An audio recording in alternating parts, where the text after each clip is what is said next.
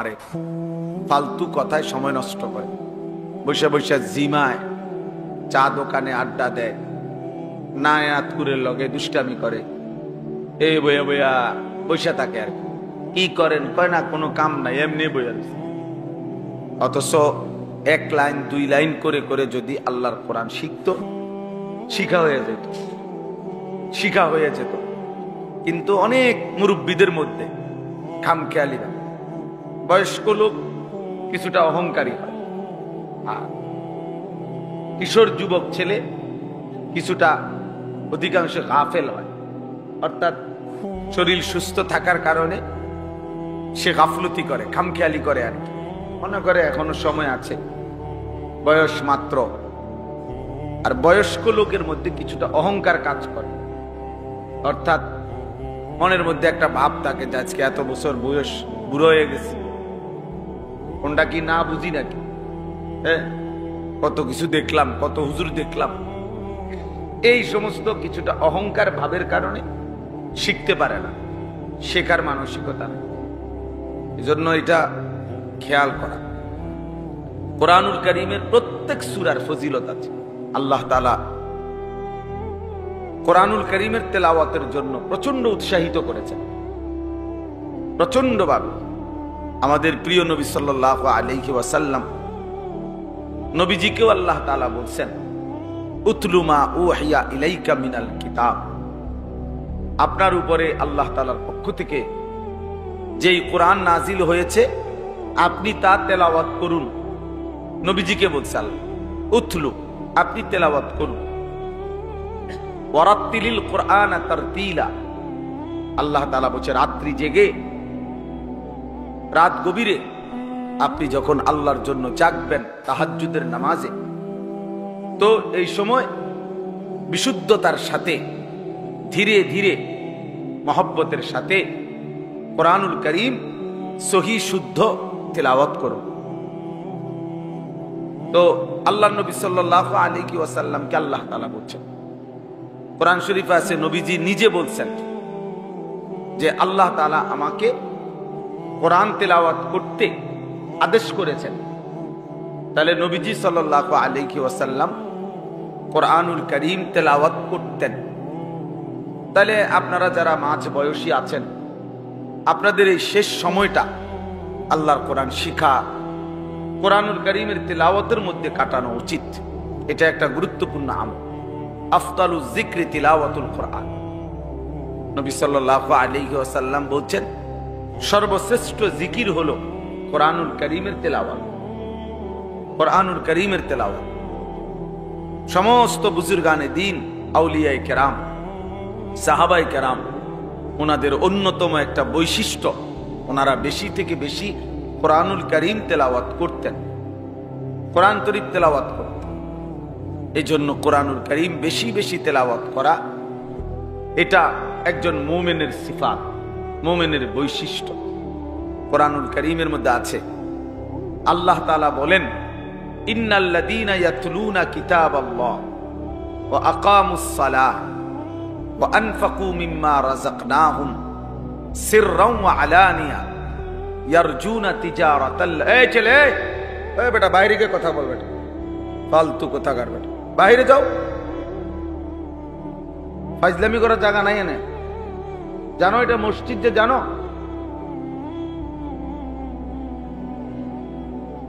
বেওকুফ।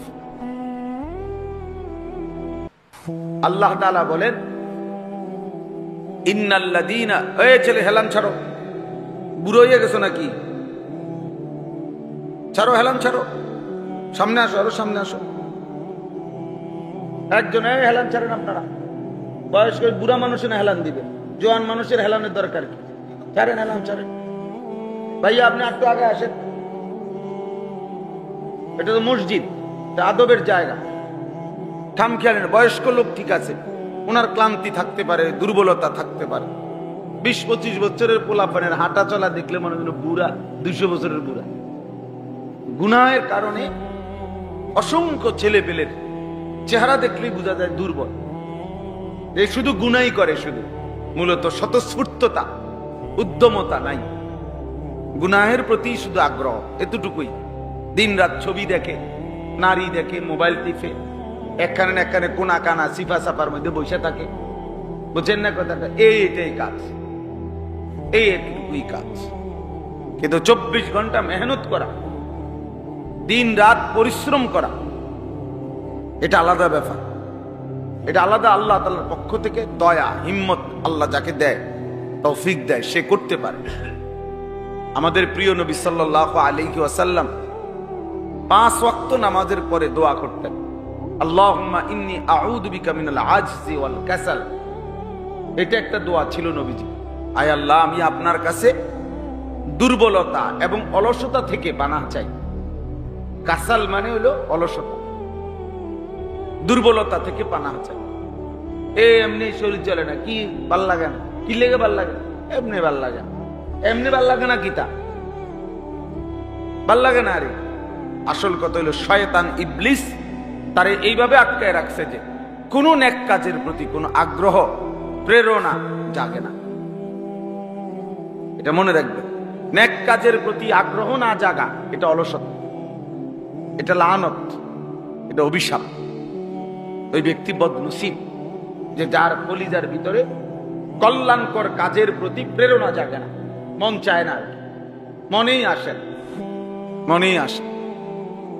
ওই জিন্দিগি অভিশপ্ত জিন্দিগি, অভিশাপ ওই জীবনের উপর। গুনাহ করবার জন্য, গুনাহের জন্য এটা কোনো বিষয়ই না, সহজ। কারণ নফস তো চাই গুনাহ করাই, শয়তান তো চাই গুনাহ করাই, মনের চাহিদাই তো চাই গুনাহ করাইতে। কাজেই জোয়ারের সাথে ভেসে যাওয়া এত সহজ, সহজ না। মানে যেখান দিয়ে জোয়ার, এখানে একটা কিছু দিলে এটা ভাইসা যাবে দূরে, এটা তো একদম সহজ বিষয়। এটা আপনি হুঁদনের কিছু নাই, এটা আপনি কিন্তু ঠেলা দেওয়ার কিছু নাই। এটা এমনি জোয়ারের মুখে রেখে দিলে অটোমেটিকলি এটা কি হয়ে যাবে, ভাইসা যাবে। কিন্তু প্রতিকূলে, উল্টা দিকে, ভাটা যেদিকে, এই দিকে টিকে থাকা কঠিন, এদিকে কঠিন। এই জন্য আমি খুলনা সময় লাগাইছিলাম দাওয়াত তাবলীগে 40 দিন। তো ওই সময় এক জায়গায় গেছিলাম সুন্দরবনের পাশে, একদম সুন্দরবন পার হয়ে আলাদা বিচ্ছিন্ন এলাকা, দ্বীপের মতো। তো ওইখানে যেদিন গেছি আমরা, ওই দিন জোয়ার ছিল। ওই দিন ট্রলার দিয়ে যাইতে যতক্ষণ লাগছে, আসবার দিন যখন 3 দিন পরে আসছি তখন ভাটা ছিল, তখন তার চাইতে প্রায় 3-4 ঘন্টা সময় বেশি লাগছে আসতে। তাহলে বোঝা গেল প্রতিকূলে আসাটা কঠিন। এই জন্য গুনায় ভেসে যাওয়া, এই সমাজে অশ্লীলতা, অসভ্যতা, এ তো সবাই করছে। নারী, ছবি, মোবাইল, দিন রাত, এর মধ্যে ভেসে গেছে আপনার ছেলে, এটা তো সহজ। কিন্তু ইমানের উপরে, ইসলামের উপরে, তাকওয়ার উপরে, সেজদার উপরে, আল্লাহর ইবাদতের উপরে আপনার আমার নিজের কিংবা কেউ টিকে আছে, এটা বড় কঠিন। কিন্তু সফলতা ওই ব্যক্তির জন্যই, কামিয়াবি ওই ব্যক্তির জন্য। অপদার্থের জন্য পৃথিবীতে কোনো অপদার্থ, কোনো পাপী, কোনো নাফরমানের জন্য পৃথিবীতে কোনো ধন্যবাদ নাই। আখিরাতে তো নাই, পৃথিবীতেও কেউ তাকে সম্মানিত মনে করে না। কোন ব্যক্তি, ক্ষমতা বলেন, দাপট বলেন, টাকা পয়সার জোর বলেন, যে যতক্ষণ দেখাইতে পারছে এতক্ষণই হয়তো কিছু নগদ কিছু দেখাইছে, কিন্তু একটু কাইঠিয়ে গেছে তো পৃথিবীর মানুষ তাকে থুতু ছাড়া, ছি ছি ছাড়া আর কিছু করে নাই, আর কিছু করে না। একটা সময় দেখলাম আপনার 16টা বছর দেখলাম রাস্তায় রাস্তায় পোস্টার, ব্যানার, ফেস্টুন, মাহফিলের নেতা, ফেতা, অতিথি সবই তো দেখতাম ফ্যাসিস্টের দোসরদেরকে। কই এখন নাই, যে নাই, এখন যে কত তাবিজ দিব কেউ, এইটাও তো নাই। কেউ যদি বলে একটা তাবিজের লেগে যদি কবিরাজে কয় যে অমুক খান থেকে কত অনুমান আনতেইব, এমন তো পাইতো না। তো এরা একসাথে হারাই গেল কেমন? এখন কই সেই অহংকার কোথায়, সেই দাপট কোথায়? আমরা তো সবাই দেখছি, আমরা তো এই দেশেই বড় হইলাম। গত 16টা বছর তো আমরাই ছিলাম এই দেশে, দেখছি তো কই সেই অহংকারীরা কোথায় এখন? সেই অহংকারীরা কোথায়? ওই ব্যানারওয়ালা, ওই পোস্টারওয়ালারা এখন কোথায়? ওই ফেস্টুনওয়ালারা এখন কোথায়? ওই নেতাগিরি এখন কোথায়? এখন কোথায়? আল্লাহ তাআলা যদি নিরাপত্তা সরায় নেয়, আর তখন কোন মখলুক বাচ্চাও তখন আর ইজ্জত করে না। আল্লাহ সুখে রাখলে সুখে থাকা, আল্লাহ দুঃখে রাখলে দুঃখে থাকা। মূলত এটা সত্য কথা, এটা বোঝা উচিত আমাদের।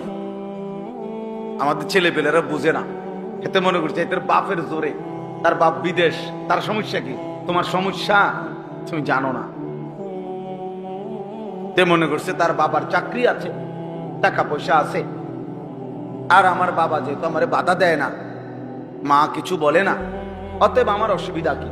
নারী দেখবো, ছবি দেখবো, চুল ফিরাবো, পথে পথে আড্ডা দেব, এই অসভ্যতার নোংরামির মধ্যে জিন্দেগি শেষ করে দিচ্ছে, শেষ করে দিচ্ছে।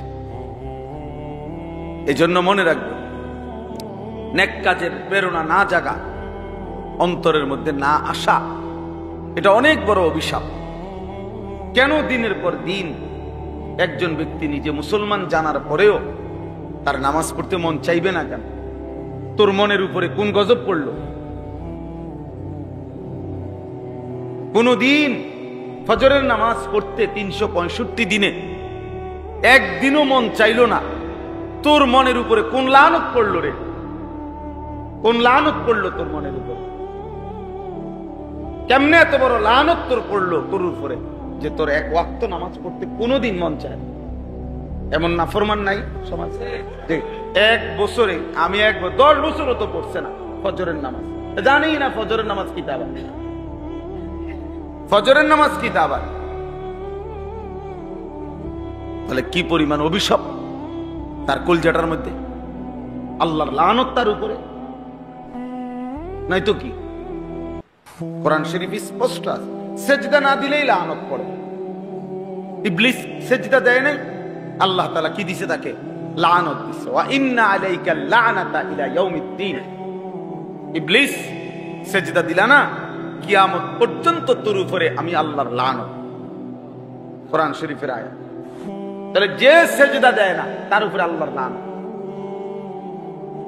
লানত প্রতি ওয়াক্ত নামাজে কতগুলো সেজদা ছুটে যায়, তাহলে তার উপরে কি পরিমাণ লানত? এত লানত পড়ার পরে তো তুই বেটা অনেক বাচ্চা রইছ, এটাই তো সব, এটাই তো আসছে। আজকের মাগরিবের নামাজ মনে করেন 5 রাকাত নামাজও যদি পড়ে তো 5 রাকাতে 10টা সেজদা। যে নাফরমান পড়ে নাই তার এক ওয়াক্তেই তো 10টা সেজদা ছুটে গেছে। আর ইবলিসের সেজদা ছুটছে কয়টা?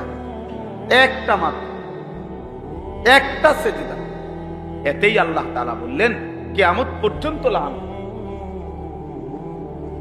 তাহলে সেজদাবিহীন মানুষ কি পরিমাণ অভিশপ্ত, কি পরিমাণ অভিশপ্ত। ভাত খায়, হ্যাঁ বেটা মনে করে কই অভিশাপ বলে তো আমি ভাত খাইতে এলাম না। বেটা জানোয়ারও তো খানা খায়, জানোয়ার খানা খায় না তো? খানা খাইলে কিছে, ঘুম গেলে কিছে? গড় দুয়ার তো সব প্রাণীরই আছে, প্রত্যেক প্রাণীরই তো তার অবস্থা অনুপাতে থাকার জায়গা আছে না? যৌন চাহিদা তো জানোয়ারেরও পূরণ হয়, গরু ছাগলের তো বাচ্চা কাচ্চা হয়। তো জীবন মানে এতটুকু, শুধু ভাত খাইলাম, ঘুম যাইলাম, পেশাব পায়খানা করলাম, আর যৌন চাহিদা পূরণ করলাম, খালাস। এরই নাম জীবন? এ তো জানোয়ারের জীবন, হাইওয়ানের জীবন এটা। এ তো চতুষ্পদ জন্তু তো খায়, ঘুমায়, পেশাব পায়খানা করে। চতুষ্পদ জন্তু যৌন চাহিদা পূরণ করে। এজন্য এটা ভাবা উচিত। আল্লাহর কথা, কোরআনের কথা, ইবাদতের প্রতি আগ্রহ আল্লাহর নিয়ামত। বাবা এটা নিয়ামত। নবী সাল্লাল্লাহু আলাইহি ওয়াসাল্লাম এই জন্য আল্লাহর কাছে ইবাদতের তৌফিক চাইতেন, তৌফিক চাইতেন। আল্লাহুম্মা ওয়াফফিকনি, আল্লাহ আমাকে তৌফিক দেন, লিমা তুহিব্বু ওয়া তারদা, যে আমল আপনি ভালোবাসেন, যে কাজ আপনি পছন্দ করেন এমন আমলের তৌফিক দান করেন। আল্লাহ আপনি সক্ষমতা না দিলে আমি পারবো কেমন? নবীজি সাল্লাল্লাহু আলাইহি ওয়াসাল্লাম দোয়া করতেন, আল্লাহুম্মা আইন্নি আলা যিকরিকা ওয়া শুকরিকা ওয়া হুসনি ইবাদাতিক। নবীজির দোয়া ছিল, প্রত্যেক নামাজের পরে নবীজি 3 বারই দোয়া করতেন যে হে আল্লাহ, আপনার জিকির, আপনার শুকর এবং আপনার ইবাদত সুন্দরভাবে করতে আপনি আমাকে সাহায্য করেন। আল্লাহুম্মা আইন্নি, আপনি সাহায্য করেন। আপনি তৌফিক না দিলে, আপনি শরীরখানা সুস্থ না রাখলে আমি সেজদা দিব কিভাবে? আমি নামাজ পড়বো কিভাবে?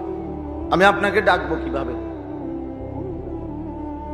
এই কারণে ইবাদতের ক্ষেত্রে যত্নবান হওয়া উচিত। গুনাহ থেকে না বাঁচলে ইবাদতের তৌফিক, আগ্রহ, উদ্দীপনা, প্রেরণা, জজবা আসবে না। আল্লাহ আমাদেরকে ইবাদতের আগ্রহ দান করেন। তাইলে বলতেছিলাম কোরআনুল কারীম তেলাওয়াত করা উচিত। জওয়ান বলেন, বৃদ্ধ বলেন, স্কুল পড়ুয়া বলেন, কলেজ পড়ুয়া বলেন, মুসলমান মাত্রই আল্লাহর কোরআন শেখা উচিত। মুসলমান অথচ কোরআন শরীফ পড়তে জানে না, এটা কি ধরনের মুসলমান? প্লাস্টিক মুসলমান, ফালতু মুসলমান, আকামলা মানুষ। মুসলিম পরিচয় দিয়ে আল্লাহর কোরআন পড়তে পারে না, এর চাইতে বড় দুর্ভাগা, বদনসিব আর কি হতে পারে? যে মালিক আমাকে সৃষ্টি করেছেন, যিনি আমাকে চোখ দিয়েছেন, যিনি আমাকে জিহ্বা দিয়েছেন, যার ইচ্ছায় আমি কথা বলি, যার ইচ্ছায় আমি দেখি, সেই আল্লাহ তাআলার কালাম, তার দেওয়া চোখে আমি দেখেও পড়তে পারি না, জবান দিয়ে পড়তে পারি না। তাহলে এই জিহ্বার অর্থ কি? এই চোখের লাভ কি? সার্থকতা কি? আপনারা আশ্চর্য হবেন, আরবরা যারা আরবি ভাষী, যুগ যুগ ধরে পূর্বে জামানা থেকে, তারা আরবি ভাষায় যে কথা বলতে পারে না, অন্য ভাষায় কথা বলে, এ বোবা বলে। আরবরা, বুঝেন নাই? এরা বলে যে ওরা কথাই জানে, এই জন্য আজমি বলে। আজম শব্দের অর্থ কি? বোবা। জানেন, আরবি আজমি কয় না, আমগরে আজমি কয়, আর মানে অনারব যারা, আরবি ভাষা না যাদের জবান, বলে আজমি। আজম মানে বোবা, অর্থাৎ তারা আমগো বা অন্য ভাষাটাকে ভাষাই মনে করে। তাহলে যেখানে আরবি বলতে পারে না বলে এরা বলে বোবা, তো সেখানে যে ব্যক্তি কোরআন শরীফে পড়তে পারে না, সে কিসের মুসলমান? এ তো বোবা মুসলমান, এ তো মূলত বোবাই, মূলত আসলেই বোবা। বাস্তবিক অর্থেই আমার দৃষ্টিতে কোরআন শরীফ দেখেও যে সহি শুদ্ধ পড়তে পারে না, আমার কাছে তারে বোবাই মনে হয়। কারণ দুনিয়া উপার্জন কথা না বলতে পারলেও সম্ভব ছিল, দুনিয়া ভোগ করতে পারত। কারণ এটার প্রমাণ কি? ওই প্রমাণ হইলো বাস্তবিক অর্থেই যারা বোবা, তারা তো দুনিয়া ভোগ করে। বুঝেন নাই? মানে বাস্তবিকে কিছু বোবা মানুষ আছে না, যারা আসলেই কথা কইতে জানে না। তো হে কি ভাত খায় না, হে ঘুম যায় না, হে পেশাব পায়খানা করে না, হের যৌন চাহিদা পূরণ হয় না, তো বুবা মানুষও তো বিয়া করে, বুবা মানুষেরও তো বাচ্চা কাচ্চা হয়, বুবা মানুষেরও তো বিল্ডিং হয়, তো বুবা মানুষও তো আয় রোজগার করে। তো তাহলে কি সমস্যা হয়েছে? দুনিয়া ইনকাম করতে, দুনিয়া ভোগ করতে তার অসুবিধা কি হয়েছে? বলেন না কেন? তার সমস্যা কি হয়েছে বলেন তো? সে তো দুনিয়া ভোগ করছে, তাহলে তো বোঝা গেল কথা না বলেও কি বলা যাইতো, দুনিয়া ভোগ করা যেত। তাহলে কথা বলার সার্থকতাই তো কি? আল্লাহ তাআলা জবানে কথা বলার যোগ্যতাই দিয়েছেন এক নম্বরে আল্লাহর কালাম পড়ার জন্য। এটার প্রমাণ কি? প্রমাণ সূরা আর রহমান।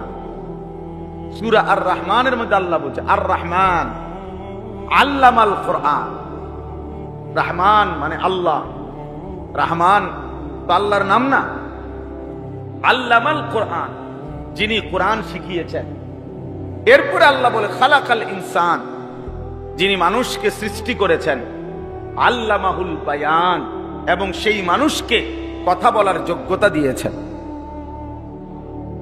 যিনি মানুষকে সৃষ্টি করেছেন, কথা বলার যোগ্যতা দিয়েছেন, এর আগে বলছে যিনি কোরআন শিখিয়েছেন। তাহলে অর্থ হলো তাফসীরের মধ্যে লিখছে, আরবি ভাষার একটা নিয়ম, এটা বাংলা ভাষাতেও আছে, অর্থাৎ মানুষ যে কথায় গুরুত্ব দিতে চায় সে কথা প্রথম বলে। তো আল্লাহ তাআলা কোরআনের তালিম, এটার গুরুত্ব বুঝাবার জন্য মানুষ সৃষ্টি করেছেন এই কথা পরে কইছেন, আগে বলছেন কোরআন শিখাইছেন। অথচ স্বাভাবিক চিন্তা করলে আপনিও বুঝবেন কথার সিরিয়াল হবে, আগে মানুষকে সৃষ্টি করেছেন, কথা বলার যোগ্যতা দিয়েছেন, এরপরে না কোরআন শিখাইবেন। মানুষ না বানাইয়া কোরআন পরে বোকারে, বুঝেন না কথা? তা অথচ আল্লাহ বললেন কি, আর রহমান আল্লামাল কোরআন, আল্লাহ যিনি কোরআন শিখিয়েছেন, খালাকাল ইনসান যিনি মানুষ সৃষ্টি করেছেন। তো আগে কোরআন শরীফ শিখাইয়া এরপরে মানুষকে বানাইছে, বোঝেন নাই কথা? এরপরে মানুষকে বানাইছে।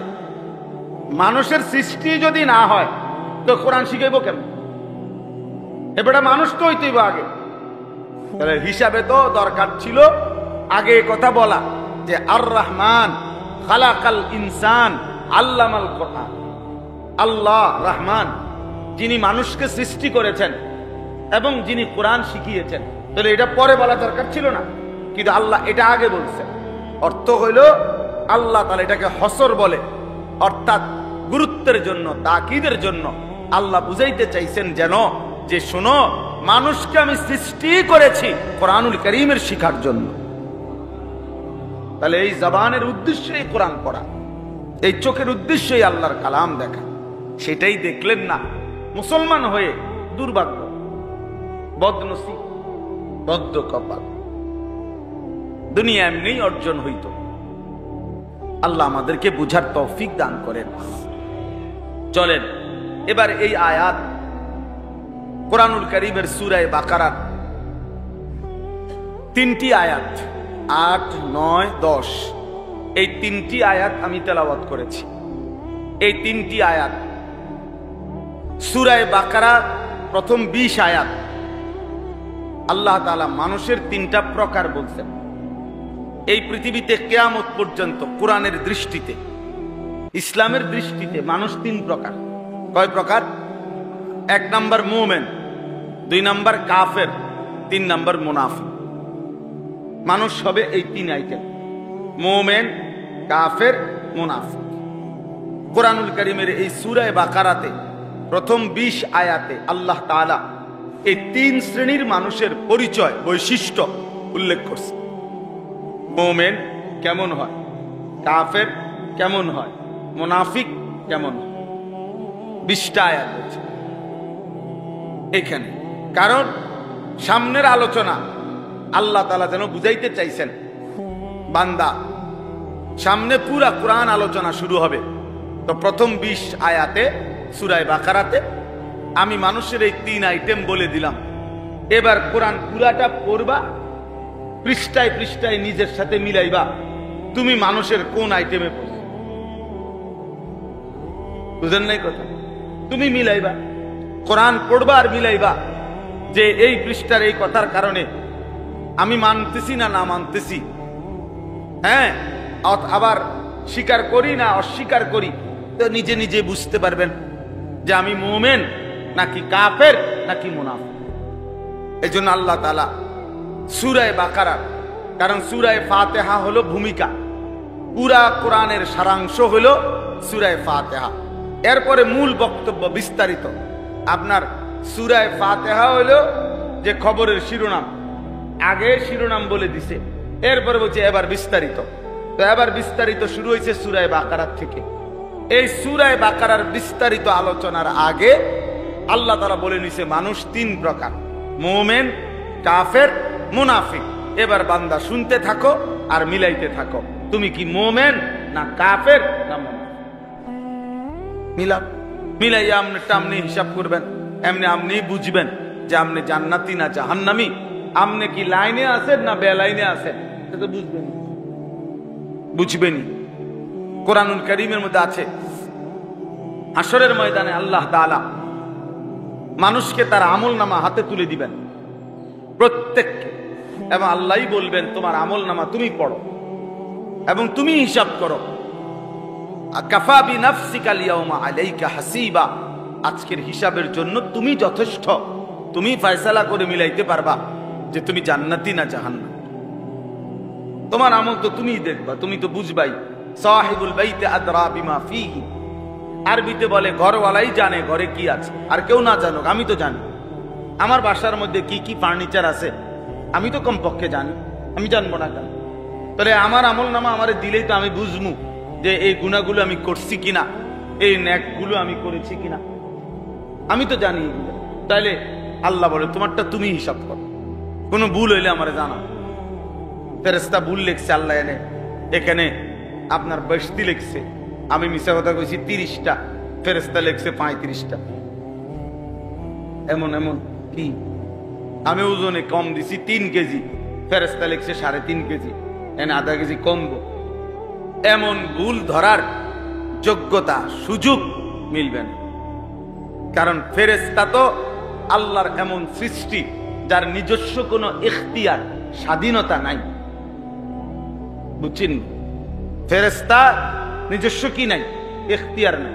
ফেরেশতার ব্যক্তিগত কোনো রাগ, ব্যক্তিগত কোনো আলাদা ভালোবাসা, ব্যক্তিগত কোনো হিংসা, ব্যক্তিগত কোনো বিদ্বেষ, এমন কিছু নাই। ফেরেশতা তো ফেরেশতা, রিমোট ফেরেশতা। আপনার এখন এই ফ্যান, এটা আমরা যদি সুইচ টিপি তাহলে ঘুরবে, আমরা বন্ধ করে দিলে এটা বন্ধ হবে, অথবা বিদ্যুৎ অফিস থেকে যদি কারেন্ট চলে যায়। কিন্তু ফ্যান নিজের থেকে, বিদ্যুৎও আছে, সুইচও দেওয়া আছে, কিন্তু ফ্যান আধা ঘন্টা পরে বলতেছে বা 2 ঘন্টা ঘুরা বলতেছে যে ভাই আমারও তো একটা শরীর, আমি তো এটা বডি না যে এটা শরীর। আমরা দেশে কয় রাখো ভাই এটা তো আমার একটা শরীর, এটা কোনো বডি না। তা আমারও তো একটা শরীর, আমি 5টা মিনিট বা 2টা মিনিট একটু জিরাই, বিশ্রাম করি, এটা নিজের থেকে বলার বা থামার কোনো যোগ্যতা আছে? নাই।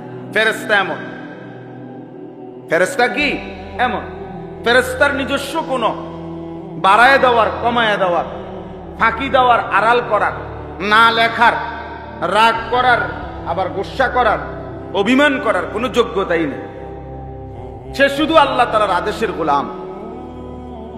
লা ইয়াসুনাল্লাহা মা আমারাহুম ওয়া ইয়াফআলুনা মা ইউমারুন।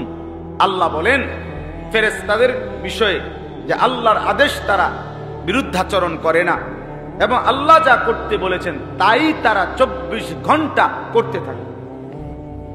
ফেরেশতা আশ্চর্য হবেন, ফেরেশতার বৈশিষ্ট্য হলো যাকে আল্লাহ যেটা বলে দিছে সে শুধু এটাই করে, এটাই জানে, এটাই বোঝে, এর ভিন্ন কিছু সে জানেই না। অর্থাৎ এই ফেরেশতাকে আল্লাহ বলে দিছে তুমি সুবহানাল্লাহ পড়ো, বলেন এইটাই। এখন কিয়ামত পর্যন্ত আরো কোনো বাক্য দিয়ে যে আল্লাহরে ডাকা যায়, এই ফেরেশতার এই যোগ্যতাই নেই। ও বেটা শুধু সুবহানাল্লাহ পড়ো, এইটাই ফেরেশতারা বলছে লা ইলমা লানা ইল্লা মা আল্লামতানা, যে আল্লাহ আপনি আমগরে যারে যেটা শিখাইয়া দিবেন এর বেশি আমরা অতিরিক্ত কিছুই জানি না, আমরা জানি না। আপনি তো এখন বলতেছেন আদমের সামনে সব কিছুর নাম আমরা বলতাম, আমরা তো জানি না, আমরা জানবো কোত্থেকে? আমাদের জ্ঞান তো একদমই সীমাবদ্ধ। আপনি আমগো যারে যেটা বলছেন এইটাই আমরা শুধু জানি, এর ব্যতিক্রম কিছু জানি না, এর অতিরিক্ত কিছু জানি না। তাহলে সেই ফেরেশতা 24 ঘন্টা লিখছে, কোনো ফাঁকি নাই, কোনো ফাঁকি নাই, 1 সেকেন্ড আড়াল হবে না। ইয ইয়াতালাক্কাল মুতালাক্কিয়ানি আনিল ইয়ামিনি ওয়া আনিশ শিমালি কাঈদ। আল্লাহ বলেন প্রত্যেকের ডানে এবং বামে স্বতন্ত্র আলাদা ফেরেশতা কি আছে, মোতায়েন করা আছে। মা ইয়ালফিজু মিন কাওলিন ইল্লা লাদাইহি রাকিবুন আতীদ। আল্লাহ বলে তোমাদের জবান দিয়ে যা বের হয় আমার তৎপর চৌকস সজাগ ফেরেশতা তৎক্ষণাৎ লিখে ফেলে, 1 সেকেন্ডও দেরি করেন। লাহু মুআক্কিবাতুন মিন বাইনি ইয়াদাইহি ওয়া মিন খালফিহি ইয়াহফাজুনাহু মিন আমরিল্লাহ। আল্লাহ বলেন বান্দা তোমার সামনে পিছনে চতুর্দিকে তোমারে পাহারাদারি করে এমন ফেরেশতা আমার লাগানো আছে, নিয়োগ দেওয়া আছে।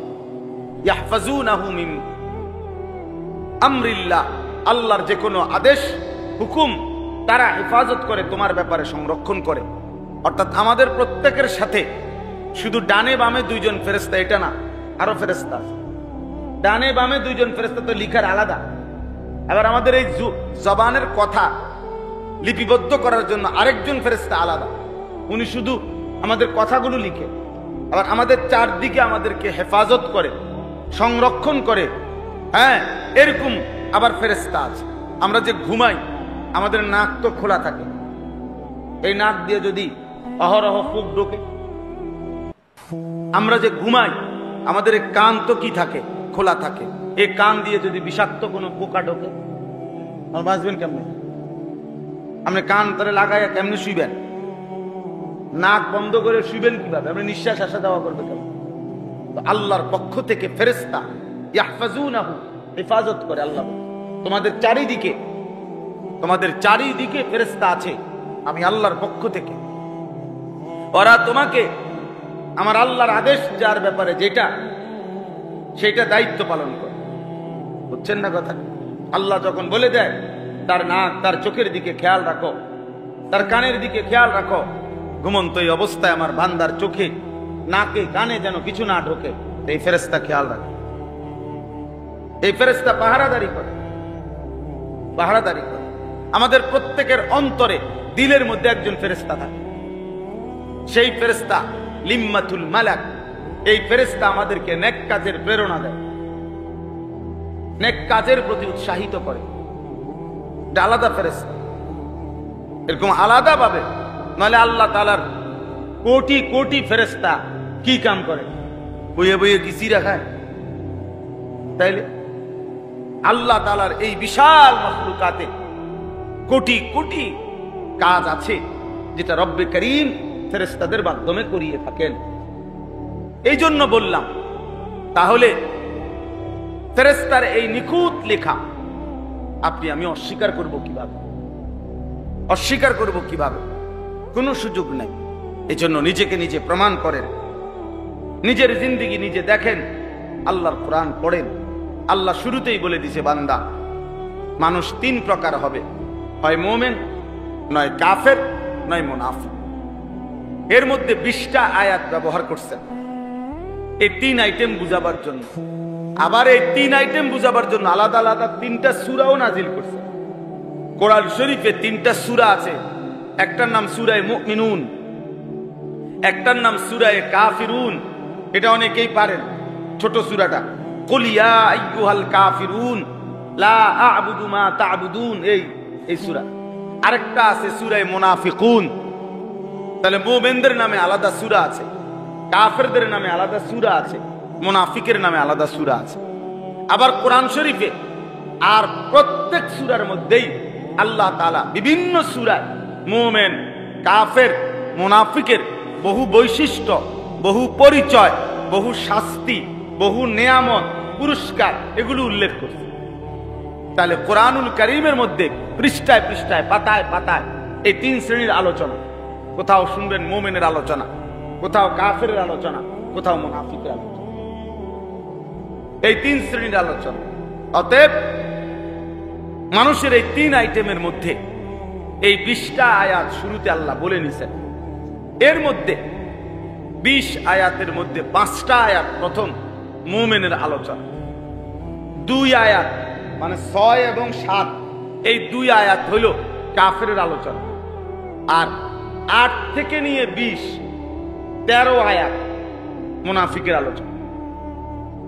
মুনাফিকের কথা বলতে গিয়ে আল্লাহ 13টা আয়াত ব্যবহার করছে, কাফেরের কথা বলতে গিয়ে মাত্র 2টা আয়াত ব্যবহার করছে, মুমিনের কথা বলতে গিয়ে 5টা আয়াত ব্যবহার করছে। তো আমি আপনাদের কাছে যেই 3টা আয়াত পড়ছি, এই 3 আয়াত মুনাফিকের যে আলোচনা, এই 13 আয়াতের প্রথম 3 আয়াত। এবার বুঝছেন? প্রথম 3 আয়াত অর্থ এই 3 আয়াতে আল্লাহ তাআলা মুনাফিকের ব্যাপারে বলছে। মুনাফিক কে? মুনাফিক হলো দ্বিমুখী সাপ, যে সাপের 2টা মুখ থাকে। এই দ্বিমুখী সাপ সে মুনাফিক।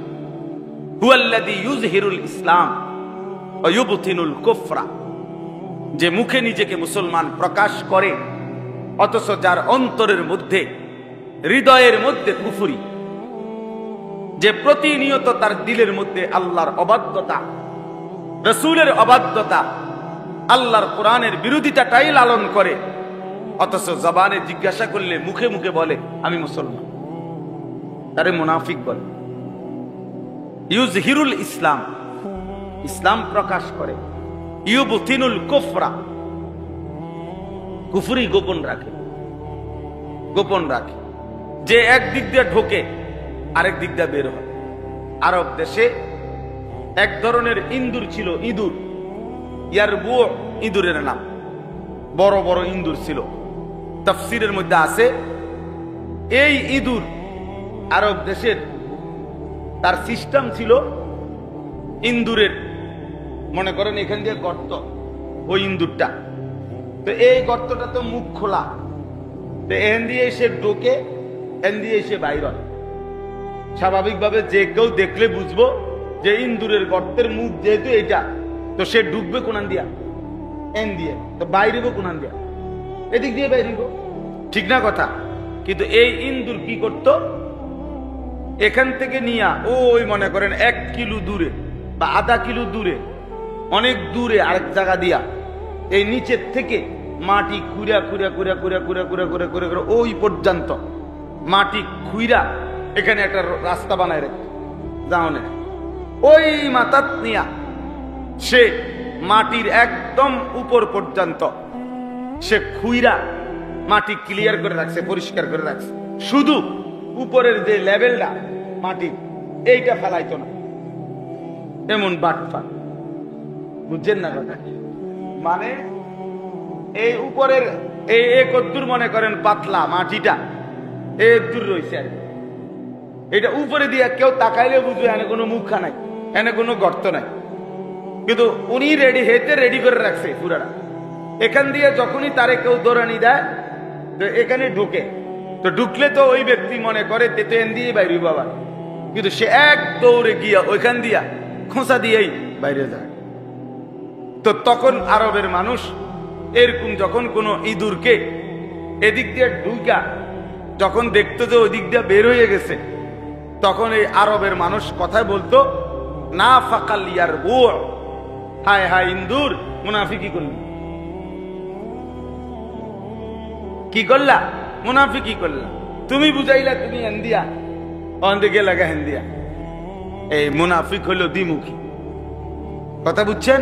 অর্থাৎ যে বলল আমি মুসলমান, অথচ সে চলা ফেরা কথাবার্তায় ক্রিয়া কাজে তার আচরণ ভিন্ন, বেঈমানের মতো, তাইলে এটা মুনাফিক না? কথা বলেন না কেন? মুনাফিক। আল্লাহ তাআলা এই আয়াতের মধ্যে কি বলে শুনেন, অমিনান নাসি মান ইয়াকুলু আমান্না বিল্লাহি ওয়া বিল ইয়াউমিল আখির। আল্লাহ বলেন বহু লোক এমন আছে যারা বলে, জবানে বলে, মান ইয়াকুলু, কাউল মানে মুখে উচ্চারণ করে, যারা মুখে বলে আমান্না বিল্লাহি ওয়া বিল ইয়াউমিল আখির, আল্লাহর প্রতি আমরা ঈমান এনেছি, আখিরাতের প্রতি আমি ঈমান এনেছি। তাহলে স্বাভাবিক দৃষ্টিতে আপনি তো বুঝছেন যে লোকটা মুখে বলতেছে আমি আল্লাহরে মানছি, আখিরাতকে মানি, তাহলে তো সেই ঈমানদারই। কথা বলেন না? ঈমানদার না? আল্লাহ নিজে বলতেছে অমা হুম বিমুমিনিন, শোনো নিশ্চিত সে মুমিন নয়। সে আল্লাহ বলে না না না না, মুমিন না, সে মুমিন নয়, সে মুনাফিক। এটা মুনাফিকের জন্য আল্লাহ বলছে। তাহলে বলেন কোন ব্যক্তি যদি শুধু জবান দিয়ে বলে আমি আল্লাহরে মানি, আখিরাতকে মানি, আল্লাহ নিজে বলতেছেন যদি কর্মে তার ব্যতিক্রম বোঝা যায় অহরহ প্রতিনিয়ত, আল্লাহ বলেন ওয়ামা হুম বিমুমিনিন, সে মুমিন নয়, সে মুনাফিক, সে মুনাফিক। তাহলে কি বুঝলেন? একেবারে স্পষ্ট বাংলায় বুঝলেন, শুধু মুখের স্বীকৃতি যথেষ্ট নয়, নিজেকে মৌখিকভাবে মুসলমান পরিচয় দেওয়া যথেষ্ট নয়, নয়তো আল্লাহ এটা বললেন কেন? ইউখাদিউন আল্লাহ ওয়াল্লাযীনা আমানু